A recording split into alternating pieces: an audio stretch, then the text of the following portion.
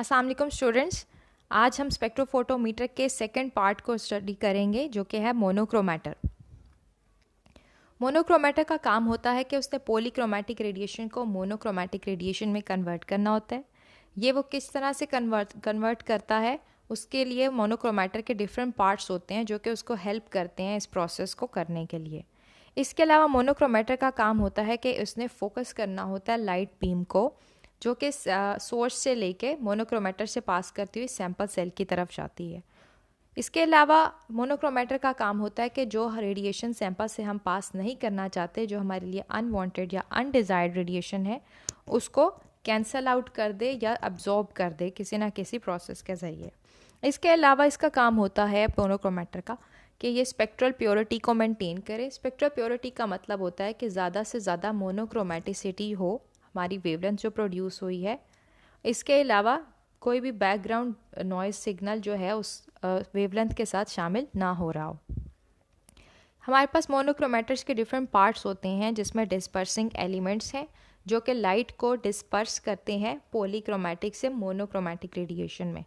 इसके अलावा मिरर्स होते हैं, लेंसेज होते हैं जिन्हें कॉलीमेटर्स भी कहते हैं, एंट्रेंस स्लिट और एग्जिट स्लिट्स होती हैं।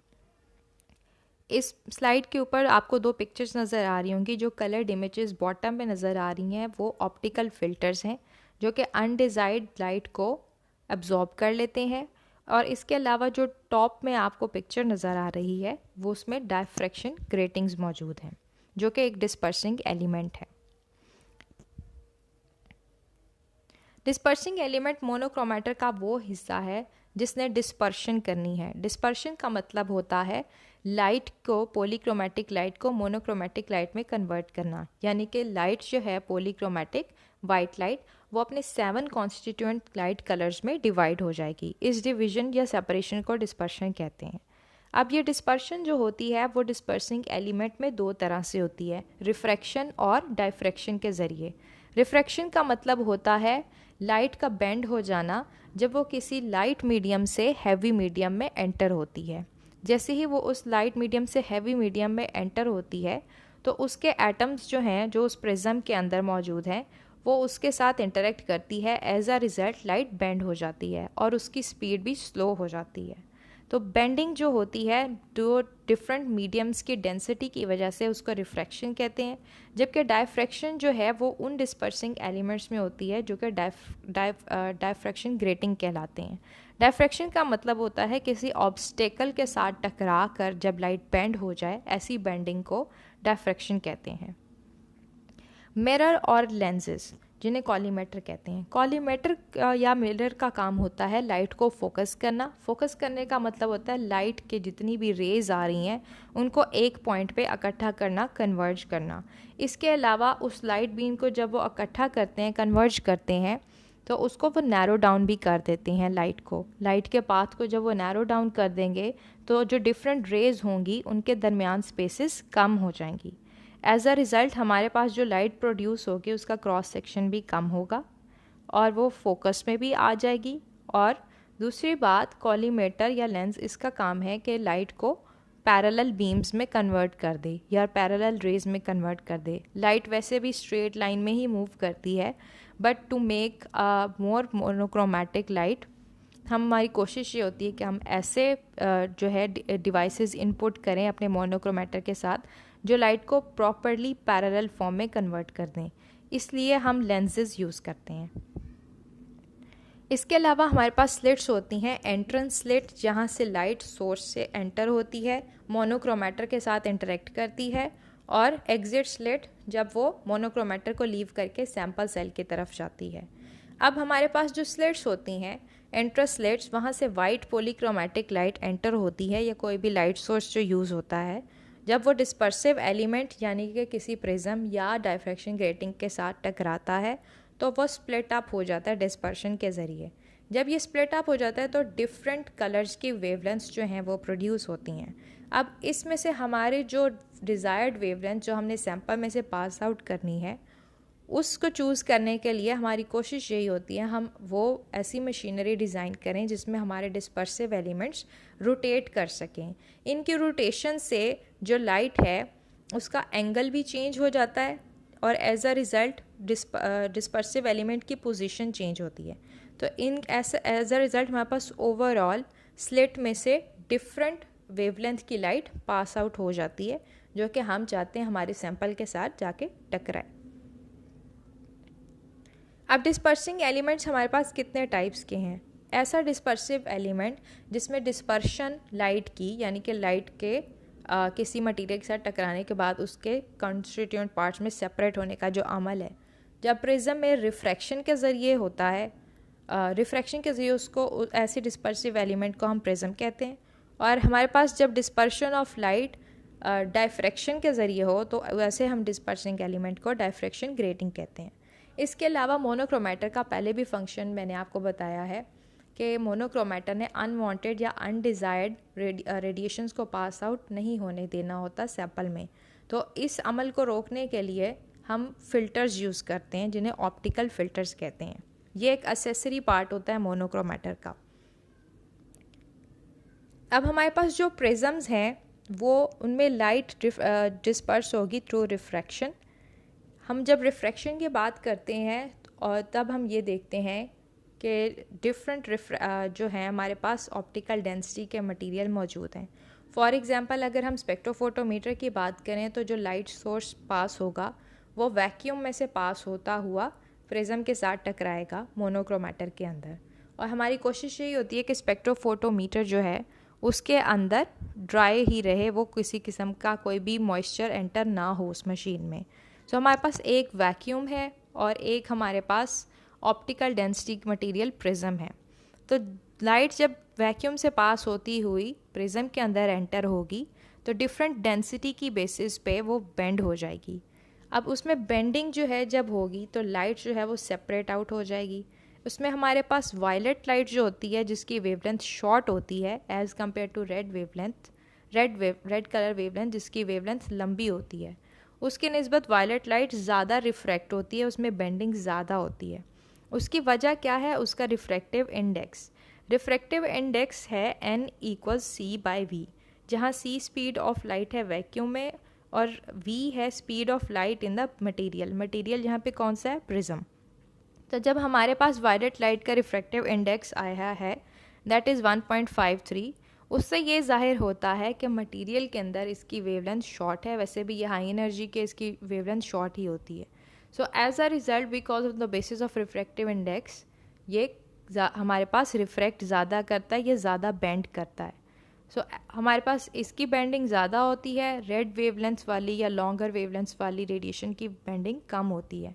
एज अ रिज़ल्ट हमारे पास जो डिस्पर्शन होती है उसको हम नॉन लीनियर कहते हैं। और हमारे पास ऐसे मटेरियल्स जिसमें हमें वो वेवलेंथ्स चाहिए हों जो कि शॉर्टर वेवलेंथ की हों या हाई एनर्जी की हों, उन मोनोक्रोमेटर्स में हम प्रिज्म यूज़ कर लेते हैं। That's why they prisms are effective for shorter wavelength. Linear dispersion हमारे पास डायफ्रैक्शन ग्रेटिंग्स में होती है, जहाँ पे जो लाइट रिफ्रैक्ट होती है उसमें तमाम जो वेवलेंथ्स होती हैं उनमें एक जैसी बेंडिंग होती है, एक जैसी डायफ्रैक्शन होती है। इसके अलावा हमारे पास जो आजकल मोनोक्रोमेटर्स यूज़ हो रहे हैं उनमें प्रिज्म्स जो हैं वो यूज़ नहीं होते। प्रिज्म्स पुराने मोनोक्रोमेटर्स में यूज़ होते थे या पुराने डिज़ाइंस के जो मोनोक्रोमेटर उसमें यूज़ होते थे। बहरहाल जो पुराने डिज़ाइंस के मोनोक्रोमेटर्स थे उसमें जो यूवी स्पेक्ट्रोफोटोमीटर था उसमें जो प्रिज्म यूज़ होते थे वो ग्लास या लेंसेज के मटेरियल के बने होते थे। विजिबल स्पेक्ट्रोफोटोमीटर के लिए ग्लास भी, लेंसेज क्वार्ट्ज और फ्यूज सिलिका के मटेरियल के बने होते थे। और आईआर में जो हमारे पास है वो क्रिस्टल्स यूज़ करते थे हम, सोडियम क्लोराइड, केबीआर और सीजियम आयोडाइड, ये तीनों सॉल्ट्स हैं। सॉल्ट्स के क्रिस्टल्स हम यूज़ करते थे लाइट को पॉलीक्रोमैटिक से मोनोक्रोमैटिक रेडिएशन में कन्वर्ट करने के लिए। इसके अलावा हमारे पास है डायफ्रैक्शन ग्रेटिंग्स। डायफ्रैक्शन ग्रेटिंग्स में हमारे पास जो मटेरियल होता है उसको इस तरह से डिज़ाइन किया जाता है कि किसी भी सबस्ट्रेट जो कि कोई ग्लास मटेरियल होता है उसके ऊपर हम कोटिंग कर देते हैं किसी रिफ्लेक्टिव मटेरियल की, ऐसा मटेरियल जो लाइट को रिफ्लेक्ट करेगा। मोस्टली वो एलुमिनियम होता है। इस एलुमिनियम की जब कोटिंग हो जाती है ग्लास के ऊपर तो उसके ऊपर हम लाइंस जो हैं उनको मतलब रूल आउट करते हैं किसी मशीन के ज़रिए। क्लोजली स्पेस्ड पैरेलल लाइंस बनाते हैं। ये इन लाइंस के बनने से ग्रूव्स क्रिएट हो जाते हैं, छोटी सी एक खाई सी जो है वो बन जाती है। तो एज अ रिज़ल्ट हमारे पास डायफ्रैक्शन ग्रेटिंग्स बन जाती हैं। मोस्टली जो इस तरह की ग्रेटिंग्स बनती हैं उनको पैरेलल ग्रूव्स वाली, उन्हें रूल्ड ग्रेटिंग्स कहते हैं। अब हमारे पास यूवी विजिबल स्पेक्ट्रोफोटोमीटर जो हो, उसमें 1 मिलीमीटर जो है, अगर हम cross section area 1 millimetre count करें तो उसके अंदर 6000 से 12000 तक की ये लाइंस या ग्रूव्स मौजूद होते हैं। जबकि आईआर स्पेक्ट्रोफोटोमीटर में यही 1 मिलीमीटर के अंदर 1800 से 2400 तक की लाइंस या ग्रूव्स मौजूद होते हैं। डायफ्रैक्शन ग्रेटिंग्स जो है उससे लीनियर डिस्पर्शन हासिल होती है हमें, और डायफ्रैक्शन ग्रेटिंग्स में रिजॉल्विंग पावर भी ज़्यादा होती है एज़ कम्पेयर टू वो वाले स्पेक्ट्रोफोटोमीटर्स जिनमें हम प्रिज्म यूज़ करते हैं। इसके अलावा हमारे पास चूँकि इसमें डिस्पर्शन एक जैसी हो रही है, तो हम इसको आईआर रीजन के लिए भी यूज़ कर लेते हैं, जहाँ पे हमारे पास लॉन्गर वेवलेंथ्स हमें ज़्यादा चाहिए होती हैं। लॉन्गर वेवलेंथ जितनी ज़्यादा रिफ्रैक्ट करेगी, बेंड करेगी, हमारे पास उतने ही ज़्यादा उसकी वेवलेंथ के रीजन्स जो हैं वो ऑब्टेन हो जाएंगे। अब हमारे पास डायफ्रैक्शन ग्रेटिंग्स के टाइप्स हैं। उसमें हमारे पास रूल्ड ग्रेटिंग्स हैं जिनमें पैरेलल ग्रूव्स मौजूद हैं, और होलोग्राफिक ग्रेटिंग्स हैं जिनमें साइनोसॉइडल टाइप की ग्रूव्स मौजूद हैं या साइनोसॉइडल शेप की ग्रूव्स मौजूद होती हैं। ग्रेटिंग जो है उसको हम फ्लैट सरफेस के ऊपर नहीं बनाते। ग्रेटिंग्स के लिए हम जो सबस्ट्रेट यूज़ करते हैं वो हम कॉनकेव मटेरियल का यूज़ करते हैं। कॉनकेव मटेरियल हम इसलिए यूज़ करते हैं ताकि हम बेहतर तौर पर लाइट को फोकस कर सकें। इसके अलावा हम होलोग्राफिक ग्रेटिंग्स जो हैं उनको ज़्यादातर यूज़ करते हैं आजकल मोनोक्रोमेटर्स जो स्पेक्ट्रोफोटोमीटर के अंदर, इसलिए क्योंकि वो ज़्यादा बेहतर तौर पर काम करती हैं, ज़्यादा एफिशिएंट है, और उनमें लाइट वगैरह की कन्वर्जिंग या फोकसिंग के जो ड्रॉबैक्स हैं वो भी कम होते हैं as compare to ruled greetings. इसके अलावा इसको मैन्युफैक्चर करने के, होलोग्राफिक ग्रेटिंग्स को बनाने के काफ़ी सारे तरीके मौजूद हैं हमारे पास। उसमें हम रूलिंग इंजन यूज़ कर सकते हैं, जो कि एक मशीन होती है जिससे हम इन ग्रूव्स को जो है बना लेते हैं इन ग्रेटिंग्स के ऊपर। फोटोलिथोग्राफिक टेक्निक्स होती हैं, लाइट और कोई ना कोई सॉलिड मटेरियल यूज़ करके हम उससे होलोग्राफिक इंटरफेरेंस पैटर्न जो है ड्रॉ करते हैं। इसके अलावा हमारे पास वॉल्यूम फेज होलोग्राफी है, सेमीकंडक्टर और डिजिटल प्लेनर होलोग्राफी है। इनके डिफरेंट प्रोसेसेस हैं। जनरली हम ये देखते हैं वॉल्यूम फेज होलोग्राफी में हम 2 तरह के सबस्ट्रेट यूज़ कर लेते हैं ग्लास के, और उन दोनों के दरमियान हम कोई ना कोई फ़ोटो सेंसिटिव मटीरियल जो है वो होगा जो लाइट से किसी ना किसी तरह का इंटरेक्शन शो करेगा। हम ऐसे मटीरियल्स यूज़ कर लेते हैं। इसके अलावा सेमीकंडक्टर मटीरियल्स होते हैं, उन पे हमने कोटिंग की होती है सिलिका या फ्यूज सिलिका की, और उनके अंदर जो हम ग्रूव्स बनाते हैं वो हम यूज़ उसके लिए हम कोई ना कोई आयन यूज़ कर लेते हैं जो कि उनके अंदर ग्रूव्स क्रिएट करता जाता है। इसके अलावा डिजिटल प्लेनर होलोग्राफी है, उसमें हम कंप्यूटर यूज़ करके माइक्रोलिथोग्राफी और इम्प्रिंटिंग नैनो टेक्नोलॉजी को यूज़ करके ग्रूव्स बना लेते हैं। ये जो पिक्चर्स बनी हुई हैं यहाँ पे, ये साइनोसॉइडल हमारे पास ग्रेटिंग शो हो रही हैं, और यहाँ पे ये रूल्ड ग्रेटिंग, ये सारी पैरेलल हैं। इसके अलावा ये इस तरह की सॉ टूथ शेप में भी हैं, इसको एशलेट ग्रेटिंग कहते हैं, और ये साइनोसॉइडल पैटर्न शो किया हुआ है। और ये हमारे पास मशीन है रूलिंग इंजन, जो कि इन ग्रेटिंग्स को बनाने के लिए यूज़ हुई है। अब हमारे पास डायफ्रैक्शन ग्रेटिंग्स जो हम यूज़ करते हैं, ऑब्वियसली कोई ना कोई जो लाइट डायफ्रैक्शन प्लेट के साथ टकराती है उसको हम कहते हैं इंसिडेंट लाइट, और जब ये लाइट टकरा के हमारे पास स्क्रीन पे जाती है या किसी फ़िल्टर के साथ जाके टकराती है, एग्जिट स्लेट से पास होती हुई, उसको हम कहते हैं रिफ्रैक्टेड लाइट। बेसिकली डायफ्रैक्शन का प्रोसेस यही हो रहा है कि लाइट इंसिडेंट आई है, वो बेंड हुई है, और वो फिर डिफरेंट कॉन्स्टिट्यूएंट लाइट्स में जो उसके पार्ट्स थे उसमें डिवाइड हो गई है, और वही जो लाइट डिवाइड होती है वो स्लेट से पास करती हुई आगे फिर फर्दर फिल्टर्स अगर हम यूज़ करें तो उससे जाके टकराती है, नहीं तो वो फिर सैम्पल के साथ जाके टकराती है। तो हमारे पास डिफरेंट ग्रेटिंग्स के जो है ये हमारे पास एक सेटअप बना हुआ है कि किस तरह से मोनोक्रोमेटर के अंदर ग्रेटिंग्स और प्रिज्म्स जो हैं वो काम करते हैं। अब हम बात करते हैं इसकी डिफरेंट टर्मिनोलॉजीज़ की। उसमें सबसे पहले टर्मिनोलॉजी हमारे पास grating normal.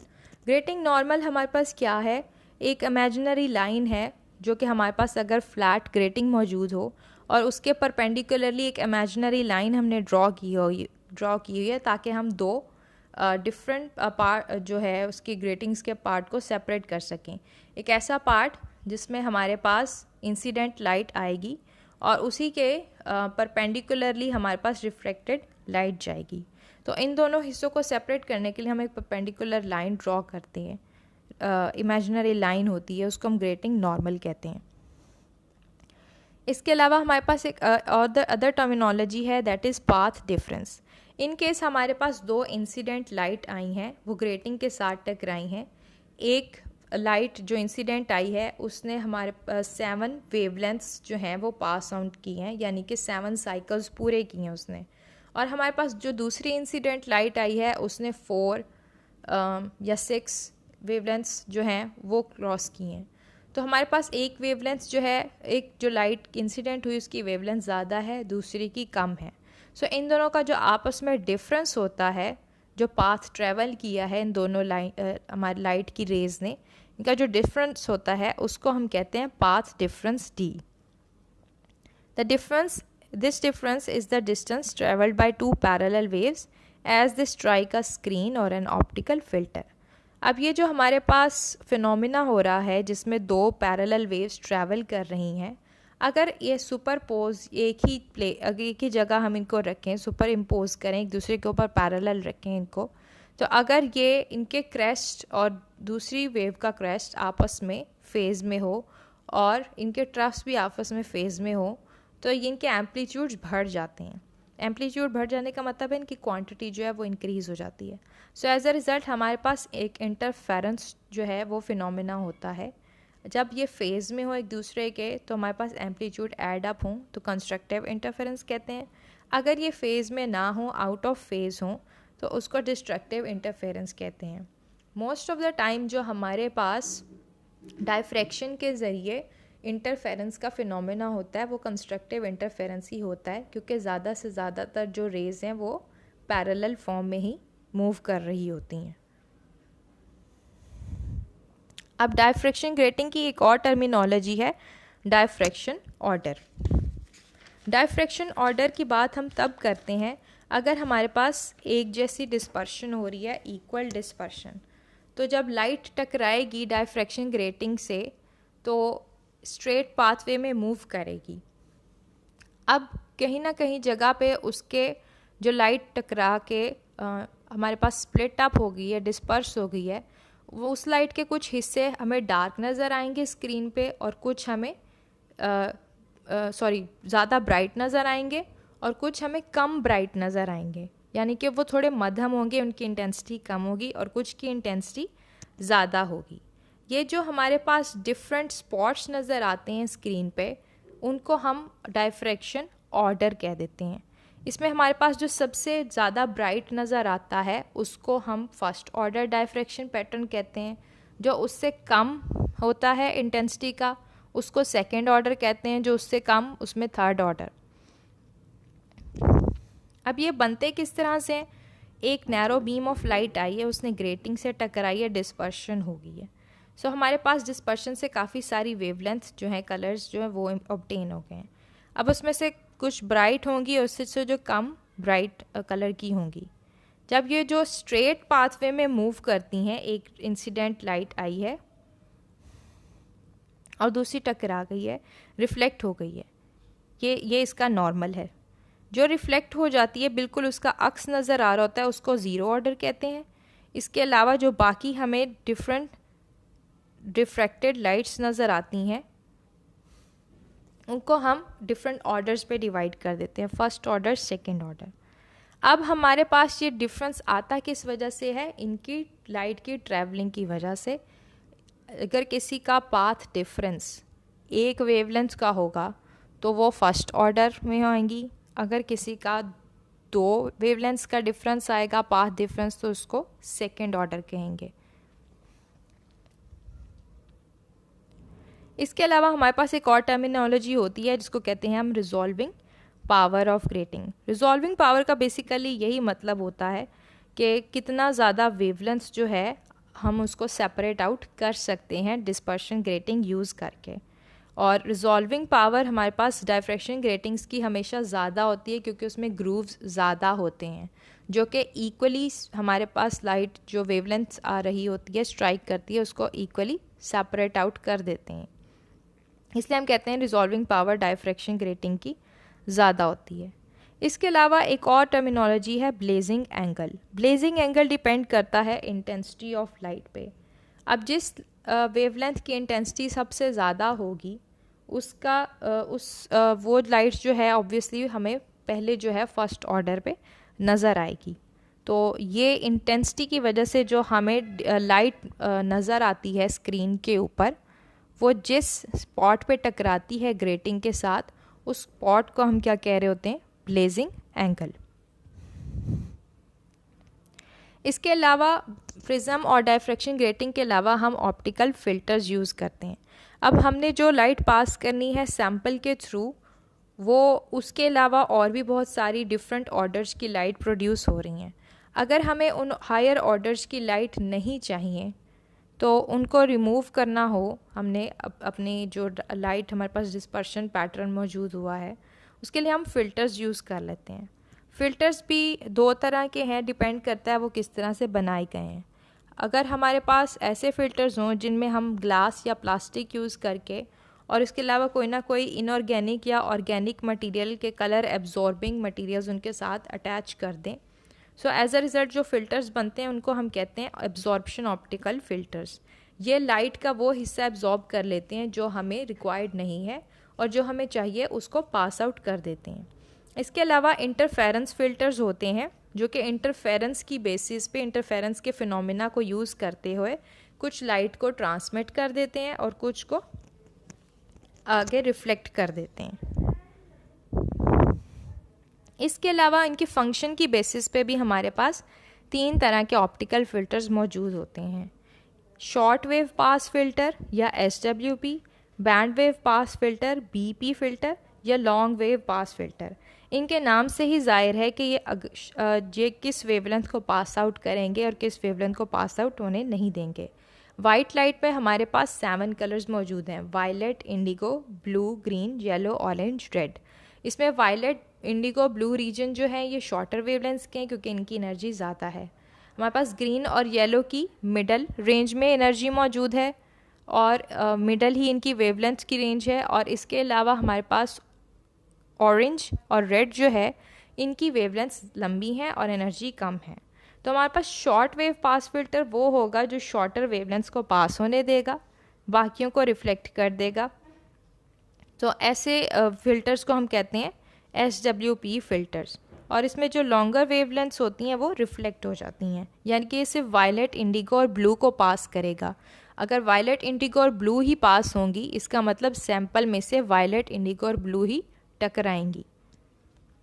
Band wave pass filter होते हैं जो कि मिडल वेवलेंथ रीजन को जो है पास ऑन करने देते हैं। उसमें हमारे पास 2 तरह के कलर्स होते हैं, ग्रीन और येलो।